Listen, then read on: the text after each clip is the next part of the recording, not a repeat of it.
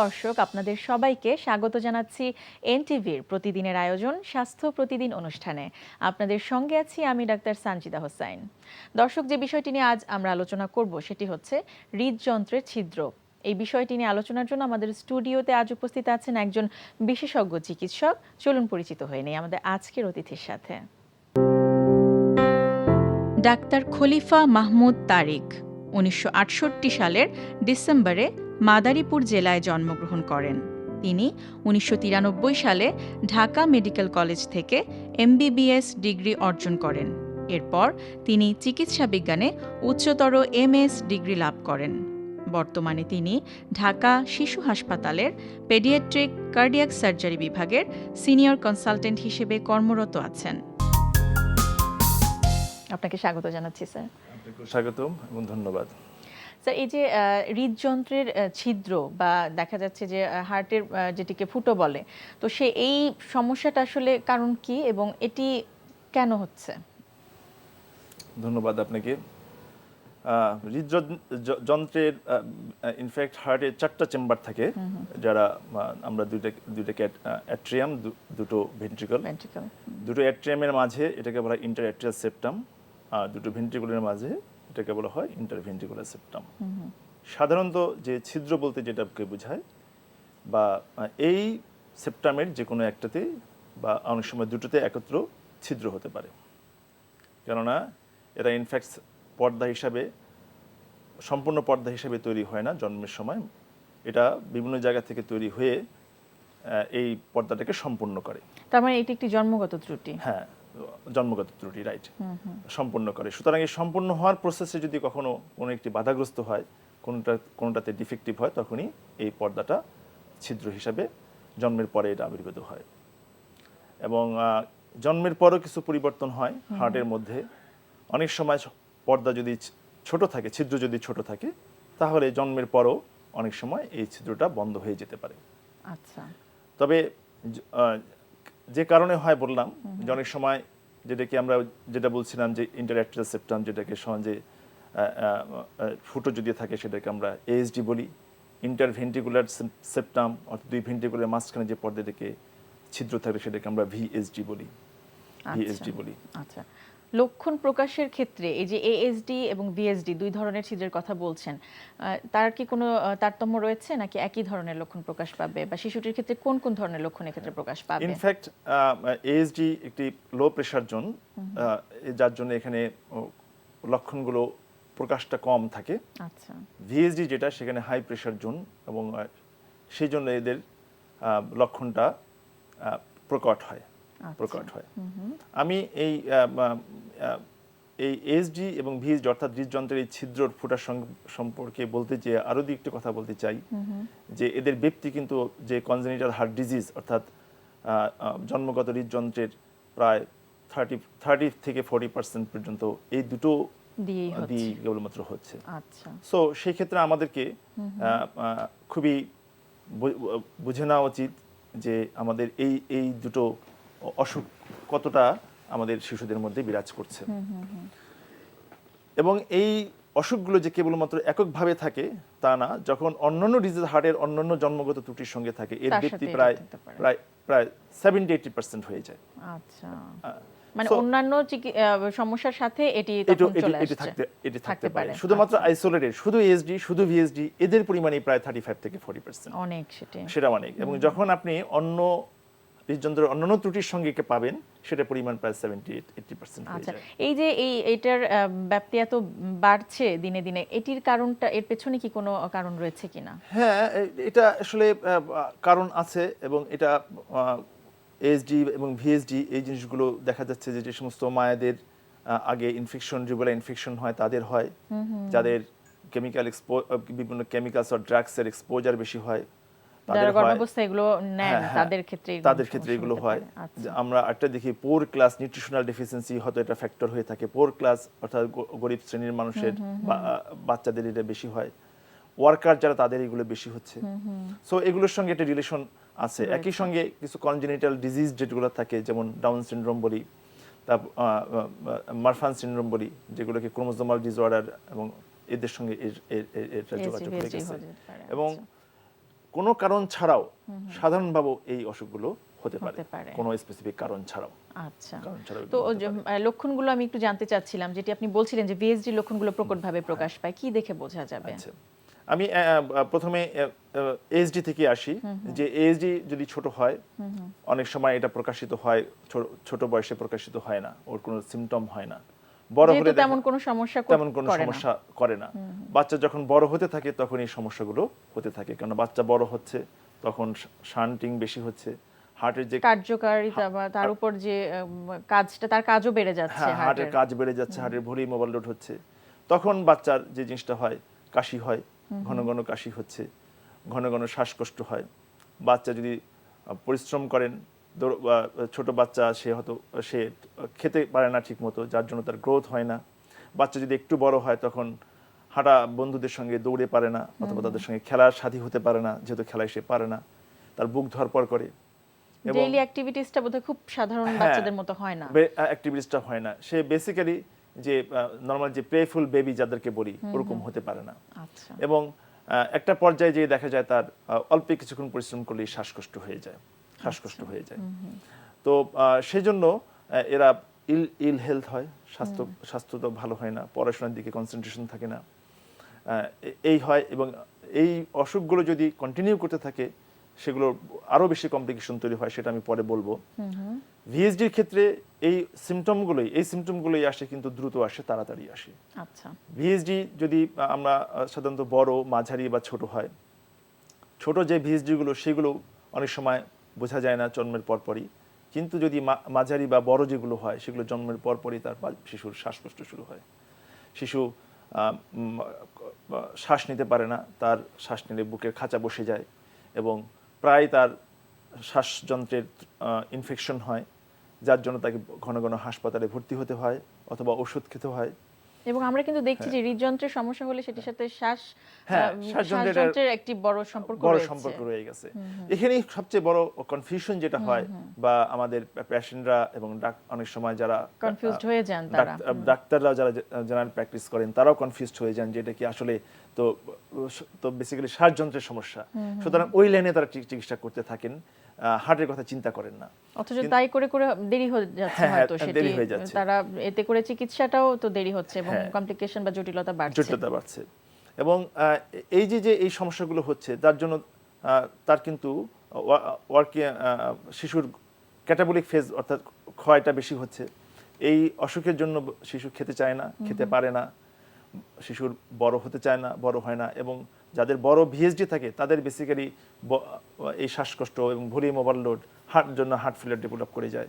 সুতরাং তারা দেখা যায় মৃত্যুর মুখে খুব তাড়াতাড়ি মৃত্যুর দিকে চলে যায়, ওই ঝুঁকিতে পড়ে যায়। আচ্ছা, তাহলে বাবা মায়েদের করণীয় কি সেক্ষেত্রে, আপনি কি পরামর্শ দিবেন? সেক্ষেত্রে করণীয় আমি বলবো, আমি করণীয় হওয়ার আগে আমি আরো কিছু সিমটম বলতে চাই, যে এই হৃদযন্ত্রের ত্রুটিগুলো যদি আমরা না চিকিৎসা করি, তাহলে কি সমস্যা হতে পারে। বেসিক্যালি তখন আর কেবলমাত্র একটা ফুটার মধ্যে সীমাবদ্ধ থাকে না, তখন হার্টের আরো কিছু পরিবর্তন ঘটে। হার্ট এনলার্জ হয়ে যায়, হার্টের অ্যারিথমিয়া ডেভেলপ করে, হার্টের ভালভ প্রোল্যাপস, যেমন ভিএসডি যদি ভালভের নিচে হয়, তখন ভালভ প্রোল্যাপস হয়ে যায়, ভালভ নষ্ট হয়ে যায়।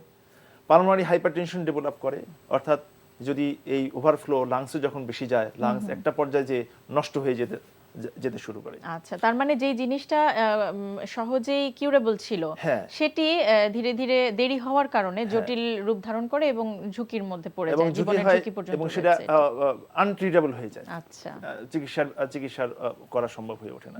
সেই জন্য আমি বলবো যে সমস্ত বাচ্চাদের এরকম ঘন ঘন শ্বাসকষ্ট হচ্ছে, বা তারা দুর্বল অনুভব করে, স্বাস্থ্য ভালো হচ্ছে না, তাদের ঘন ঘন কাশি হচ্ছে, পরিশ্রম করতে পারে না, তাদেরকে একবার কার্ডিয়াক শিশু হৃদরোগ সার্জন বা শিশু হৃদরোগ যারা চিকিৎসা করেন তাদের শরণাপন্ন হওয়া উচিত।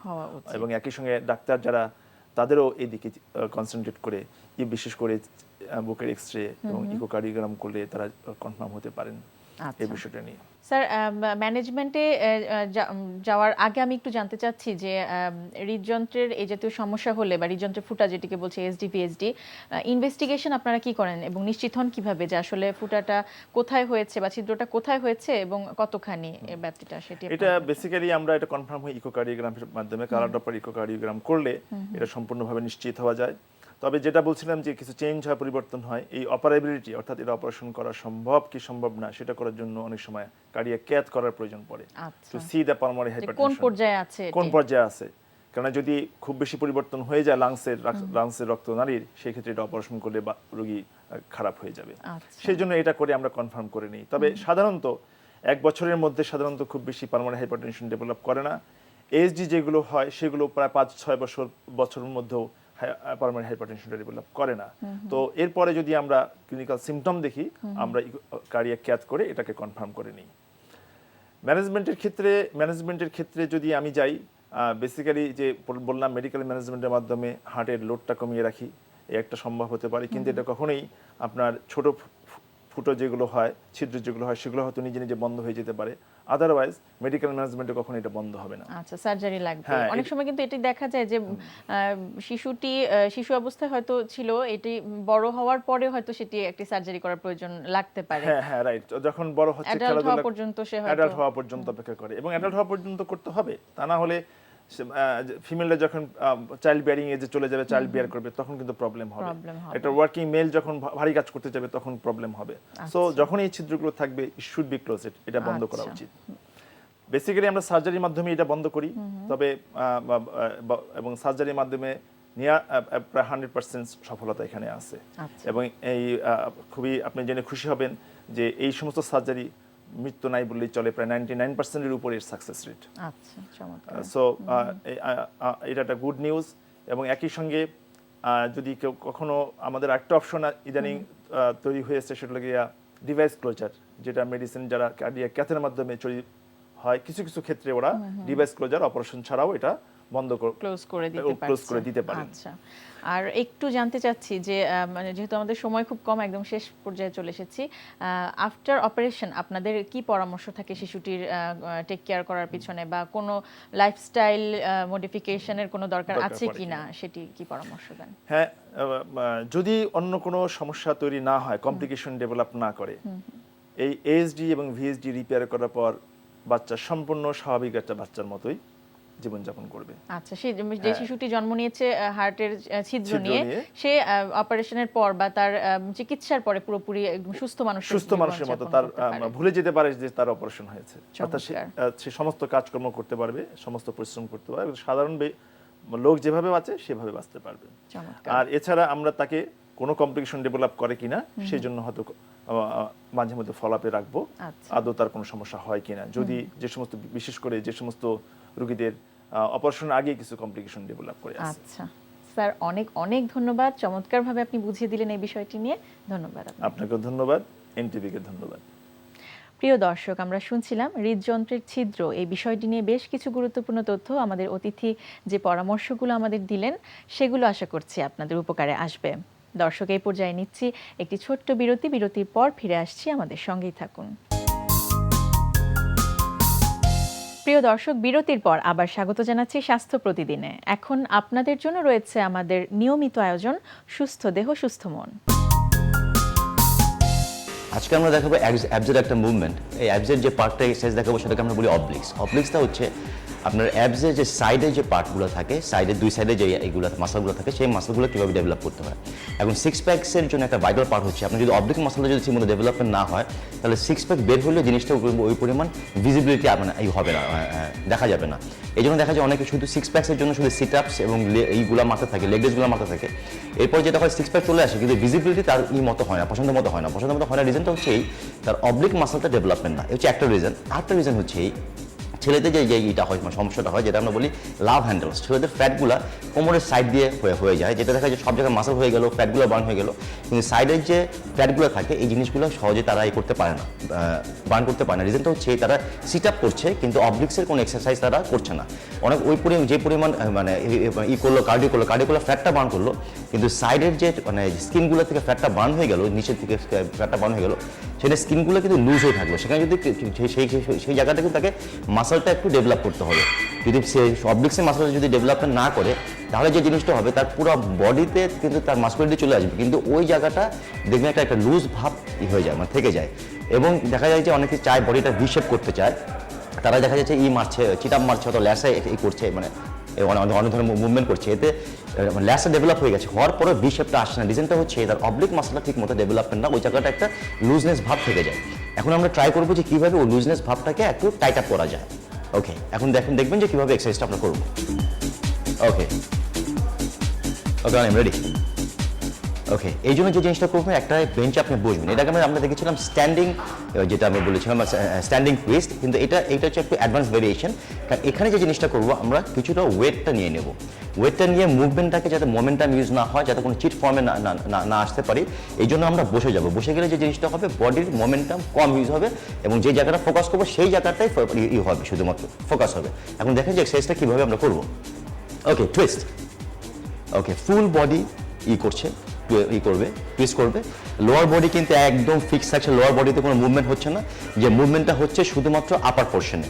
এবং ওয়েটটা যে নিচ্ছে, ওয়েটটা নেওয়ার কারণে যে জিনিসটা হবে, অবলিক মাসলটাকে সিভিয়ারলি একটা স্ট্রেন পড়বে এবং অবলিক মাসলটা ডেভেলপ হয়ে যাবে। তবে অনেকে মনে করছে যে ওয়েট নিলে অবলিক মাসলটা বড় হয়ে যাবে। আপনি নিশ্চিন্তে করতে পারেন, কারণ অবলিক মাসল অথবা অ্যাবসেন্ট মাসল ওই পরিমাণ বড় মাসল না যেটা খুব একটা বড় হয়ে যাবে।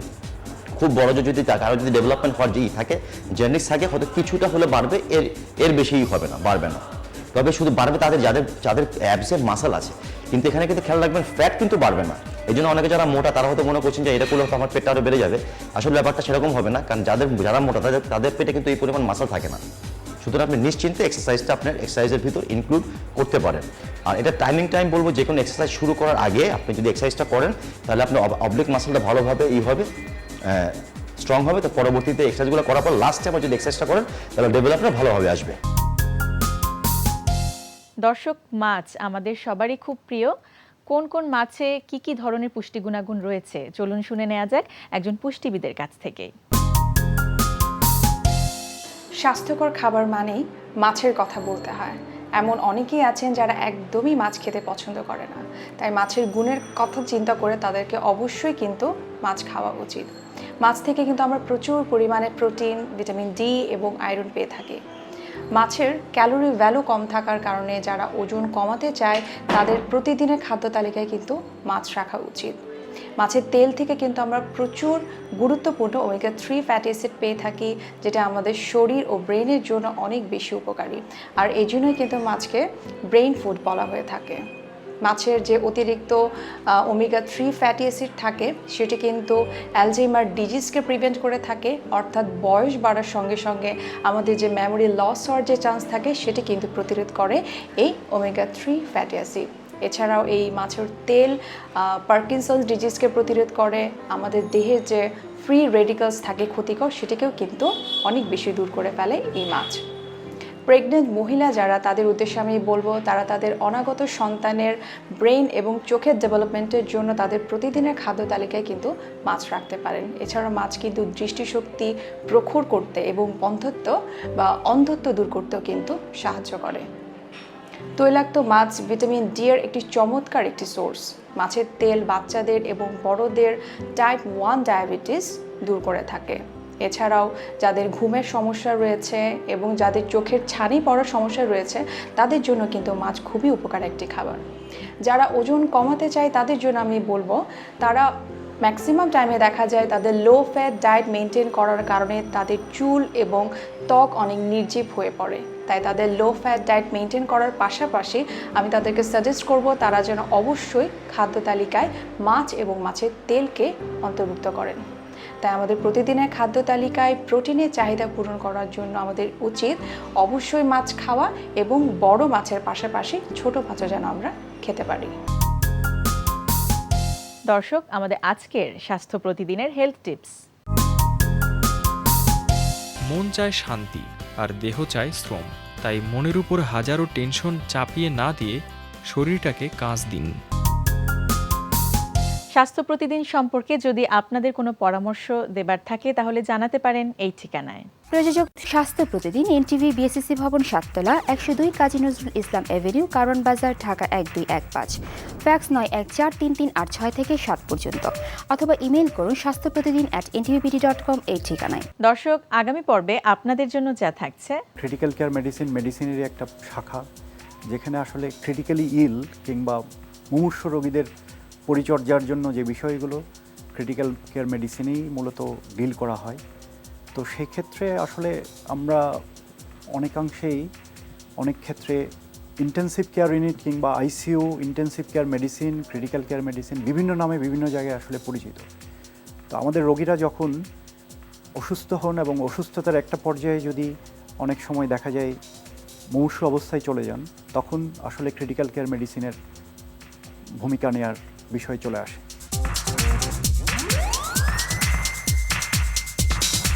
প্রিয় দর্শক, বিশ্বের যে কোনো প্রান্ত থেকে যে কোনো সময় এনটিভিতে সম্প্রচারিত আপনাদের পছন্দের অনুষ্ঠান স্বাস্থ্য প্রতিদিন দেখতে চাইলে ভিজিট করুন আমাদের পূর্ণাঙ্গ ওয়েব পোর্টাল www.ntvbd.com। আজ এ পর্যন্তই।